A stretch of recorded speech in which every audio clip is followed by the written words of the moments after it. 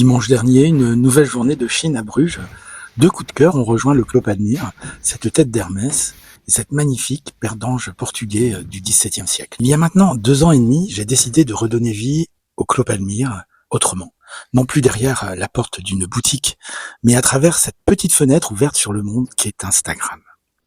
Je n'aurais jamais imaginé qu'en partant avec un peu plus de 200 abonnés, nous serions aujourd'hui plus de 12 000 à travers le monde entier à partager cet amour de l'art, des antiquités, de l'histoire et de leur transmission.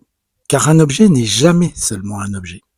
Il porte les mains qui l'ont créé, les vies qui l'ont aimé, et un jour, il rencontre la nôtre.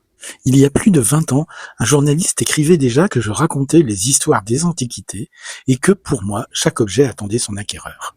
En relisant ces mots aujourd'hui, je souris. Un autre décrivait le Clos Palmyre comme un lieu propice à calmer les angoisses les plus tenaces. C'est sans doute le plus beau compliment que l'on pouvait me faire. Très heureux de vous retrouver pour notre rituel du dimanche. J'espère que vous avez bien dormi et fait de très jolis rêves.